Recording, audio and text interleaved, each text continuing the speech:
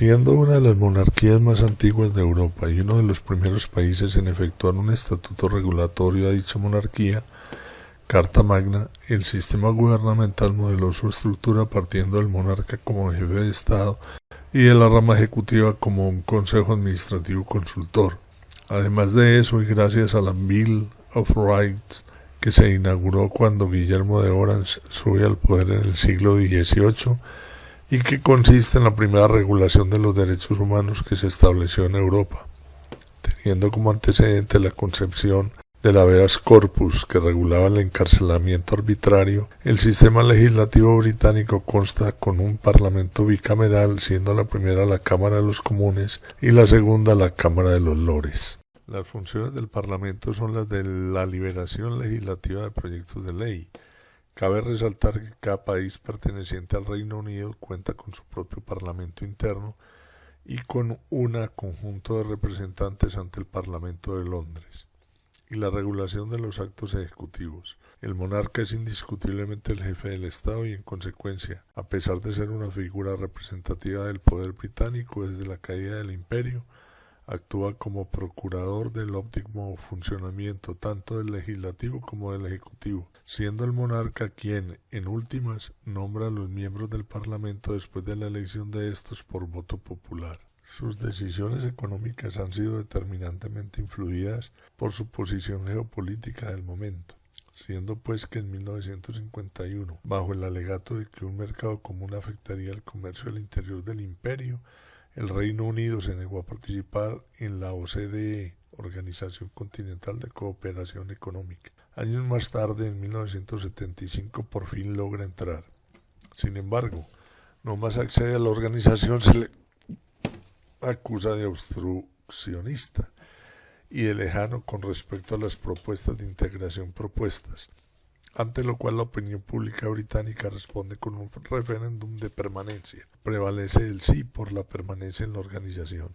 En 1979, la conservadora Margaret Thatcher llega al poder promoviendo políticas económicas proteccionistas en pos de frenar la crisis económica que atravesaba el Reino Unido en dicho momento, como el incremento de impuestos para detener la inflación y la desestimulación de la inversión social como educación para fortalecer las inversiones industriales y de comercio.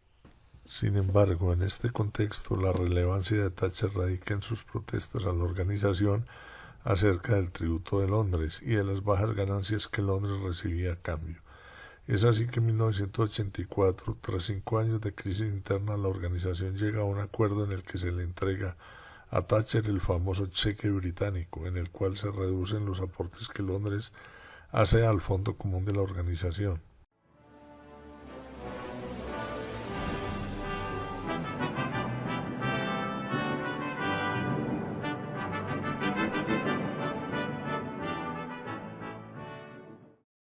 El Brexit es el movimiento que se da a partir de la reelección del primer ministro David Cameron, en el cual se busca reevaluar la permanencia del Reino Unido en la Unión Europea. Durante el referéndum que se llevó a cabo, la no permanencia se sobrepuso sobre la permanencia, siendo pues en ese momento se negocia en el Parlamento Europeo la salida del Reino Unido.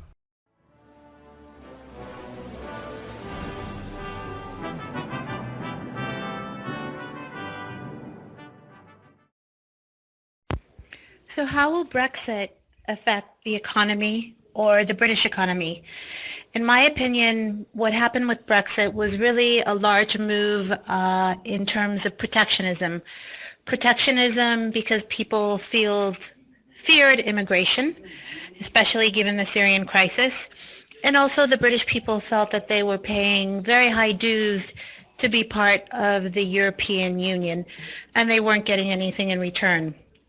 So it remains to be seen exactly how it will affect the economy.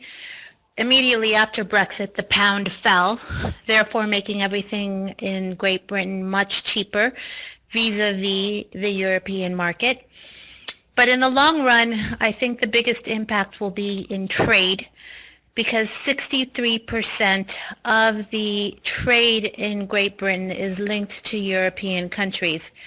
So right now, it really remains to be seen it's in the best interest of the European Union and Great Britain to make favorable trade deals post the Brexit. But again, that remains to be seen.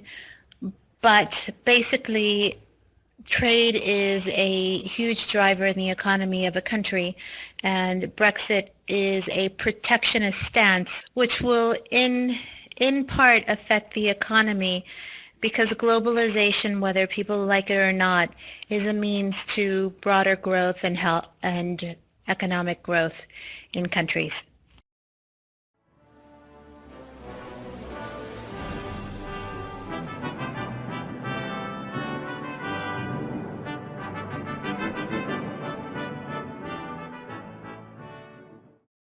El británico fue el último de los grandes imperios coloniales en caer, por ende, fue la última de las naciones europeas en perder su estatus de potencia mundial tras la Segunda Guerra Mundial.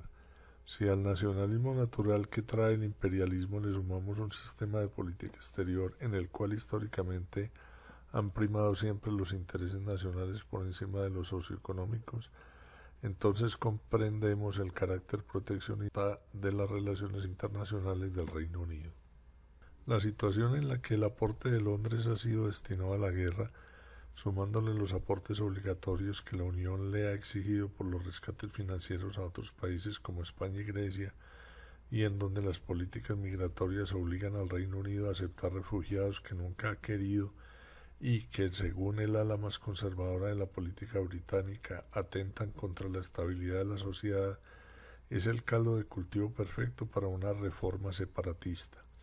Sin embargo, una particularidad a tener en cuenta es que durante el referéndum de la permanencia, incluso cuando en Inglaterra ganó el no, en Gales y en Escocia, naciones anexas a Inglaterra, ganó el sí por una fuerte mayoría. Esta realidad política al interior del Reino Unido lleva a pensar acerca de si realmente una nación que en su actualidad depende mayoritariamente del comercio con los países continentales de Europa y Estados Unidos es realmente capaz de ser tan económicamente independiente como se plantea ser en los movimientos euroescépticos.